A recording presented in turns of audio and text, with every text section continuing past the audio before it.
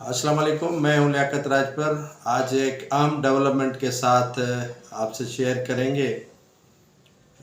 आज अहम डेवलपमेंट ये है कि सिंध के अंदर सियासी माहौल के गर्मा गर्म होने के साथ साथ जो है वो इलेक्शन के दिन करीब आते ही कबायली सरदारों ने बरादरियों में सुलह करवाना शुरू कर दिया है। आज एक बड़ा जरगा जो 33 साल एक मवेशी की चोरी से शुरू हुआ, दो कबाइल के दरमियान, तेगानी और बिजरानी कबाइल के दरमियान, आज उनका सुलह हो गया।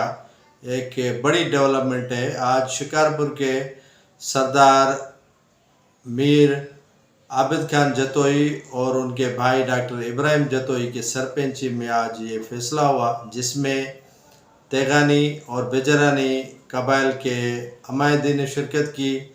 जरगा जो सरपंच था इसका डॉक्टर इब्राहिम जतोई, उस जरगे में गौस बख्शियान महर, इम्तियाज़ अली शेख, शबीर अली खान बिजरानी, शहरियार महर और अब्दुल नबी तेगानी शरीक हुए। इस जरगे में 46 अफराद के कत्ल और 70 अफराद के ज़ख्मी होने का जरगा हुआ, जिसमें दोनों कबाइल के रजामंदी से फ़ैसला देते हुए जरगे के जो सरपंच थे डॉक्टर इब्राहिम जतोई, उन्होंने दोनों कबाइल के ऊपर 6 करोड़ 52 लाख रुपए जुर्माना आयद किया मजमूई तौर पर।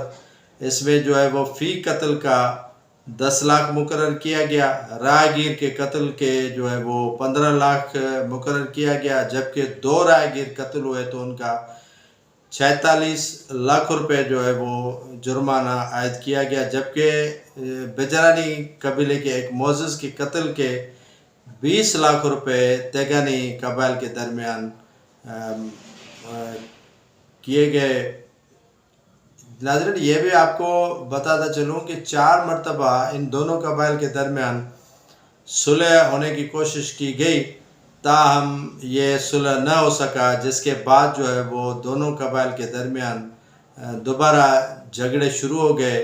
आज ये जतोई हाउस पर इन दोनों कबाइल के दरमियान सुलह हो गई है, जिसके बाद तेगानी और बिजरानी कबाइल के साथ साथ जितने भी वहाँ पसगिरदाई में रहने वाले कबाइल हैं, उनमें खुशी की लहर दौड़ चुकी है।